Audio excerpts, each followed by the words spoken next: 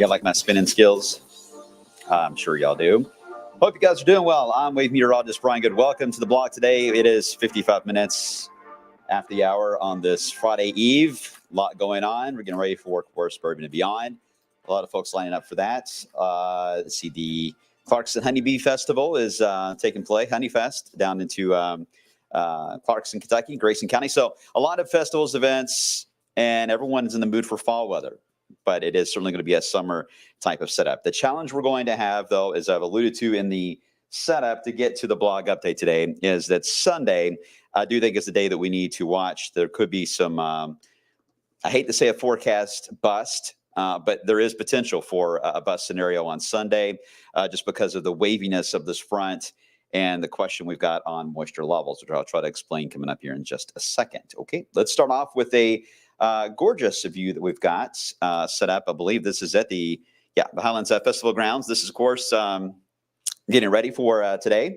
You see one of the twin stages there on the right-hand side. I've been busy trying to do the final touches and opening up the gates here very soon. And we should be able to usually see everyone lined up, getting in from the parking lot, heading into the festival grounds. Last year was upper 70s, lower 80s, low humidity, morning lows in the 50s. It was really nice. And for later in life, it was in the 70s for the most part. So this year, no doubt, Bourbon's going to be dealing with the hotter scenario. Louder has got some challenges to it, and I'll explain what those are in just a few minutes. All right, let's begin with the current setup, which we knew this was going to happen, right? The drought update came out, and it worsened. Shocker. So we now have a severe drought that is listed for anywhere in the orange shade. Obviously, you get into the red, it's worse than that. But orange shade, and that's generally E-Town, Hodgenville, Hartinsburg area, Brandenburg. Well, Brandenburg's mainly on the edge of that. And then east of Louisville as well, severe drought for the bluegrass area of Kentucky. Louisville and everywhere else, it's in that tan color, is a moderate drought or level 2 out of 5. We did get some rain, but this time of the year, and especially when you get into a hot scenario, the moisture in that topsoil just gets zapped away so fast that it just doesn't have as much of an impact as it would in the more humid summery parts of the season, right? So looking at the rest of the country, we're not alone on this. Good morning, Michael. By the way, you guys can comment on our social media pages too. You guys are already doing that. Facebook, Twitter, Twitch. We are on Twitch. I know they got TwitchCon starting, I think it starts tomorrow. TwitchCon does in San Diego. But a lot of folks like to watch weather stuff on there. So we're on there live, and the VOD, the video will stay on there too. So you can always watch it back later. Anything we do live actually goes to the Twitch account for live. Okay. What about the rest of the country? Well, we're not alone. No doubt West Virginia, Ohio, they're in bad shape. They're at level 5 out of 5 on the drought. Last time we were there, I believe, was 2010. Don't think 2012 or 17 got to that level. I could be wrong. It seems like we have a drought every year now, so it's hard to keep up with the intensity and the levels of them. I mean, some years do stand out. 2010, 2007, 2017, 2019 was getting there. So there are several years we've had this kind of scenario, but no doubt the good chunk of the country is just starving for rainfall. I'm not sure I've really seen it this bad as far as how much the country needs rain. Now, I have seen it way worse as far as the levels going up to level 4 out of 5 or 5 out of 5 over larger areas, but with the overall drought coverage reduced, but the intensity of the drought ramped up. We've seen that several times, but this is there's a few pockets, obviously Ohio, West Virginia, down into Texas, but there's a broad area that needs rain. And that's what I think really has been standing out about this weather pattern in the past few weeks, is the idea that we're not alone on this, and we need to get some here very, very soon, or we're going to have a lot of problems with wildfires for this fall season. Okay, we've got some rain moving across the Midwest, but when you look at moisture levels, it's just that's about the only spike, really. There is still some moisture here. Remember what I was referring to yesterday with the tropical wave or low that was over portions there of North Carolina, gave them all the rain. It was kind of a hybrid system. That's the reason why it never got named. But in general, it's split. There's one piece barely holding on over the Smoky Mountains, and the other piece, which is really taking over now over Nantucket down to New York. And it will stay. This piece will stay on the map probably for the rest of the month and just kind of hang out because it's a blocking pattern. What I mean by that is that the jet stream, the river of air that moves across the northern part of the hemisphere, it's closed, or at least it's got a huge flashing caution sign up, and everything's just moving very, very slow. Nothing is in a hurry here. So because of that, our weather pattern is going to be very slow to change. All right. So we're stuck in this more of a hot scenario, hot and dry, and that's going to be tough to get out of. And that tropical low that develops is going to be hard to get rid of, too. It'll kind of linger off the coast. Yes, we are watching this batch of moisture back to Kansas City. Yes, it is heading toward us, but it will put the brakes on very close to the Ohio River. And that's where we get into that weirdness, if you will, and the rain chance for parts of the weekend. Let me explain. We'll start with the severe risk that's out today in the Midwest. Tomorrow, marginal, scoots a little further east, just north of the Wabash. But that's where the SPC outlooks stop. There's no additional outlooks. Could we still get a strong storm or two in the setup that's coming our way with the fronts in the region? Yes, you can. The reason why at the moment there's no outlook is that, remember, the front is coming at us now. But because of the blocking pattern, it just slows down so much. You don't have as much of that arrival, that kick that a lot of cold fronts have. We call that the forcing part of severe weather that has got to be one of the ingredients list.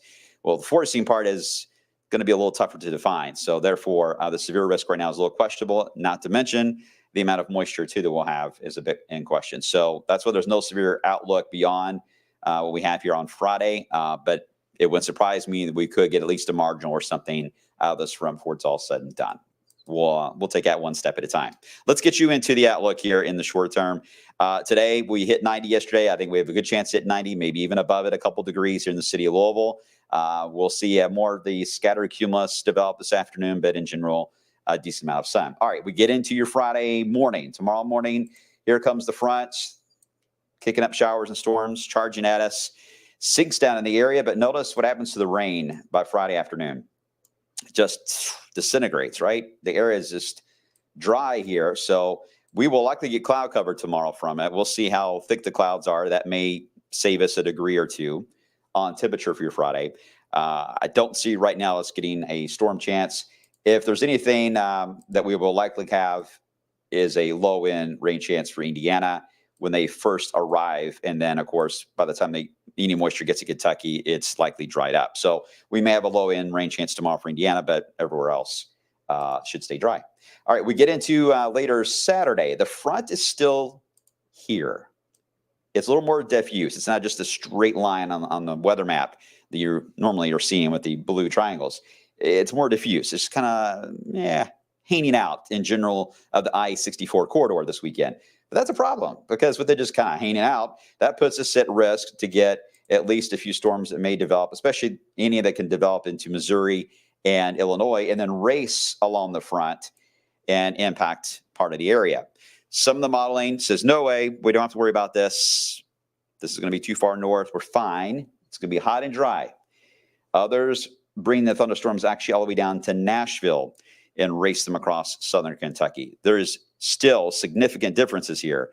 And a short forecast. This is Thursday, and we're talking about just the weekend. So a little unusual, but I want to make sure with everyone having outdoor plans that you're not just going by what the forecast was earlier this week, that you're staying up to date with the forecast, because I can guarantee you it is going to keep changing and evolving here, because modeling is just not going to capture the finer details of a setup like this. You got to get your more high-res models, and unfortunately, they just can't see that far out in detail yet. They should be able to starting tomorrow.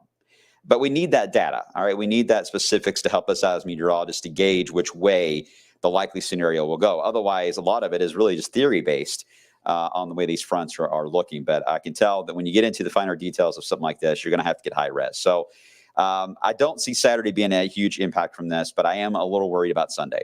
That could have some impacts from it, and that's where that bust potential could come in, because you could either have a 90 to 94 degree day on Sunday or lower 80s with a round of gusty thunderstorms rolling through. And obviously for those around Louisville with so many big events outside, we've got to watch that. carefully.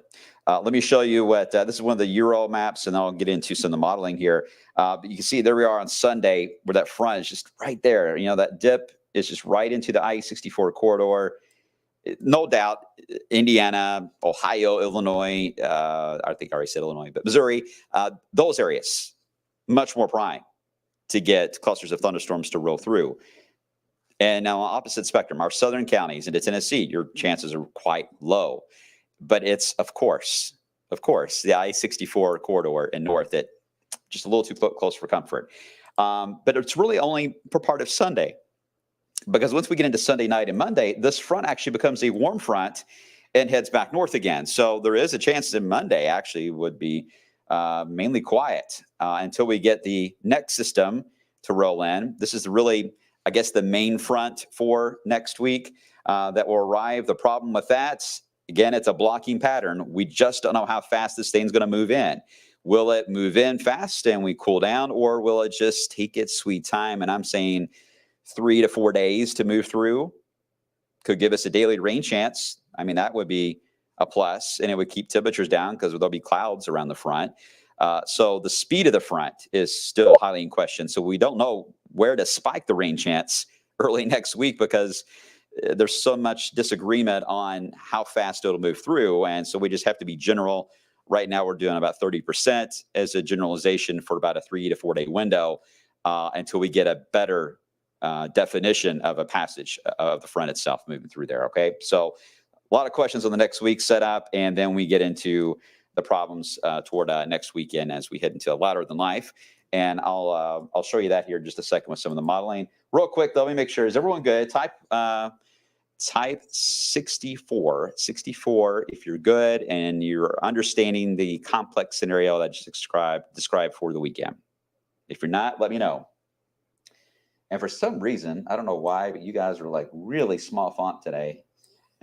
So I'm trying to read your font. So, and I'm getting it up there. So I can barely see. I'm getting to the point now where like, I can't drive at night. I can't drive at night. I used to, now I can't see anything. Let's get to that point, guys. So now I'm like, oh no, if it's happening at night, I'm not going to the event. So I've aged fast in the past few years, it seems like.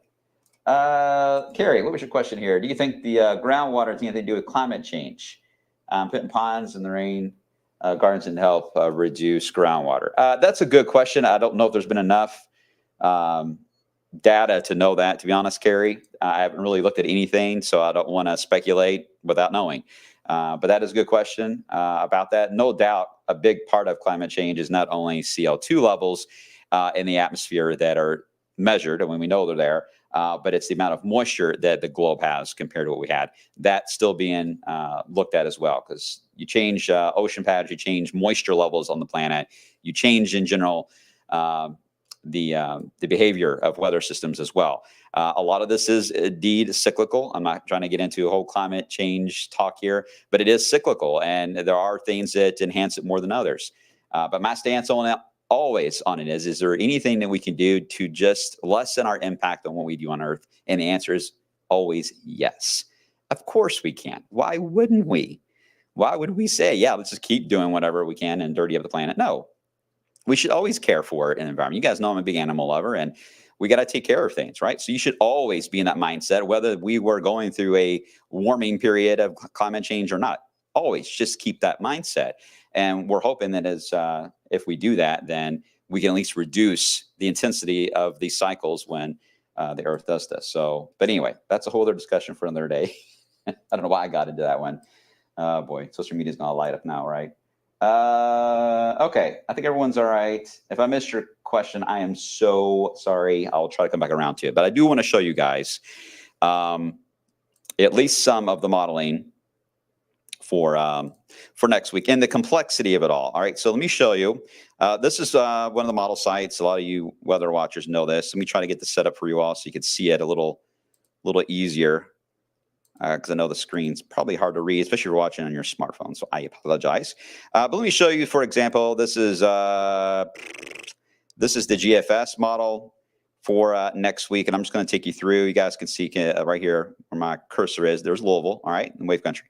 All right, so let me advance this, and here we go. All right, we get into the weekend. There's your Saturday and Sunday chance. All right, there we go into Sunday afternoon. Oh, see? Man, look how close that is. Right there along the river. And then we get into Monday and Tuesday, still lingering around the slope in front. But wait a minute, something starts to show up. Look at the bottom of the screen, and that would be where we get into the tropics. And we don't know yet what this thing's going to do. It isn't even formed yet in the Caribbean or the Gulf of Mexico area. But there's a lot of debate on how far north this will get toward the end of next week and that following weekend. That will make a big difference on whether or not we end up with a cloudy or rainy scenario for next weekend.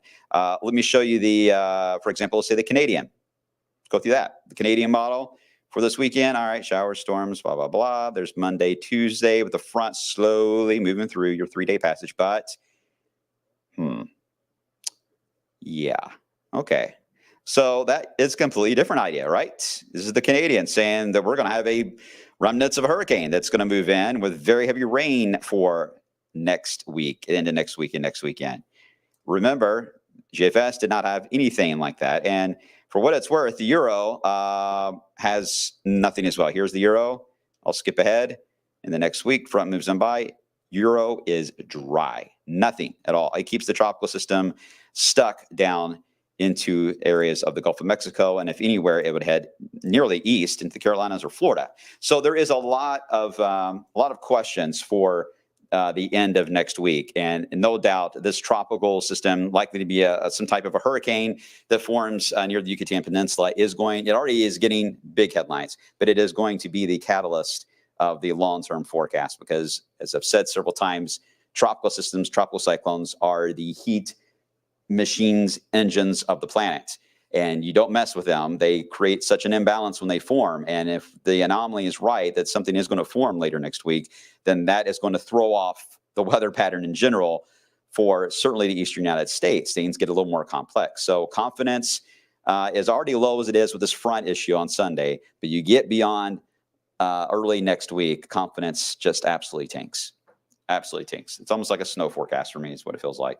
So kind of a pain there on that. So stay close, and we'll keep you updated on that forecast change. Let me get you into the 10-day and show you where we stand on the numbers as we close out here. Again, 90s the next few days. I did trend about 30% on Sunday. We'll see what happens. I am a little worried about some of these clusters of storms sneaking in closer to 64 than is too close for comfort right now. I just think we need to be on the side of caution, make sure everybody's aware of that chance, and let's hope that it stays north and doesn't cause any problems, but be aware of that potential. Then we get into the Monday, Tuesday, Wednesday, slow moving front passage, and then we'll just keep it generally cloudy for the end of next week until we can figure out what is happening for the end of next week. Would you say, Tawana? You're still young and beautiful, Brian. Oh, thank you, Tawana. I appreciate that. She's wanting money, I think. Angela, how is it possible that tropical storm, or how possible is a tropical storm? All right, I think I just answered all that for you, Angela. I hope that helped. I didn't want to go into too many details showing the modeling for that right now. I didn't want to do that yet. I think it's a little early to get too crazy on that particular aspect of the tropical storm or hurricane. I don't want to get into that. I'm just trying to show basically the complexity of our region next week and how it could be starkly different based on what happens there. But the Hurricane Center is watching all that. We'll keep you updated. You know how tropical systems are. They're so slow and evolving. So we have plenty of time to discuss that. All right, I'm going to stop rambling because it's 10:14 and you guys got better things to do, right? I hope you guys are doing well and everyone's well. I hope everyone in your family is doing well. Try to enjoy the weather. I know it's hot and not exactly fall-like, but hey, it's all right. It's coming. All right, we're going to get some fall weather here before you know it. But enjoy the weekend and stay close to the forecast changes. Again, we'll keep you updated, especially for Sunday into Monday. Take care. I'll see you guys coming up on midday.